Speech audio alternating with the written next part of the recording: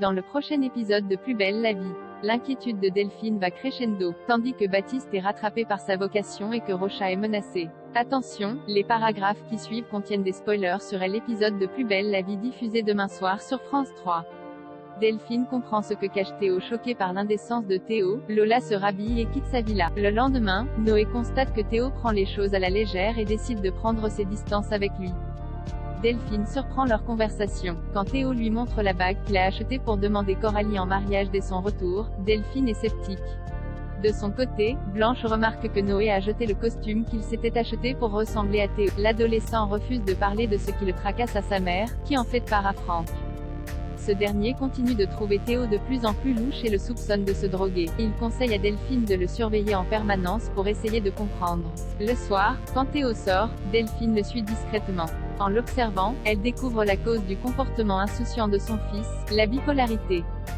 Vidal prouve la culpabilité de Malika à l'hôpital. Vidal explique à Rocha qu'il a eu un lavage d'estomac en raison d'un empoisonnement. Il compte analyser le contenu de ses gélules de magnésium pour en avoir le cœur net. En fait, le docteur adopte une autre stratégie pour cela. Il apporte un café à Malika dans le couloir, en lui faisant croire que les analyses de Rocha n'ont rien révélé d'anormal. Il ajoute qu'il s'est permis d'ajouter un peu de magnésium dans son café pour qu'elle se sente. Au contraire, sous l'effet de la panique, Malika se sent soudain très mal.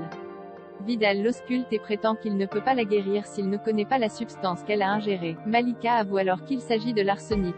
Vidal met un terme à l'enregistrement vocal de ses aveux, ayant au préalable prévenu la police. À sa sortie du commissariat, Rocha s'inquiète pour Malika, qui risque 30 ans de prison. Il a surtout peur de se retrouver à nouveau seul.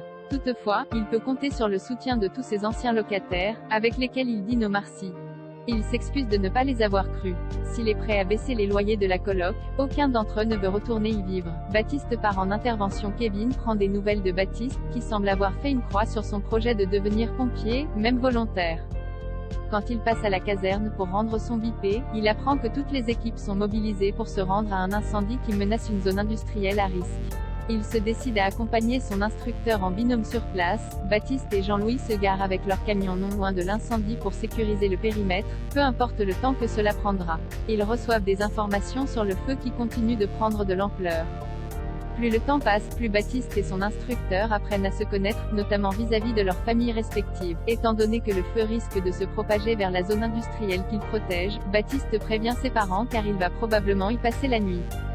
Gabriel espère que cette expérience remotivera son fils à devenir pompier.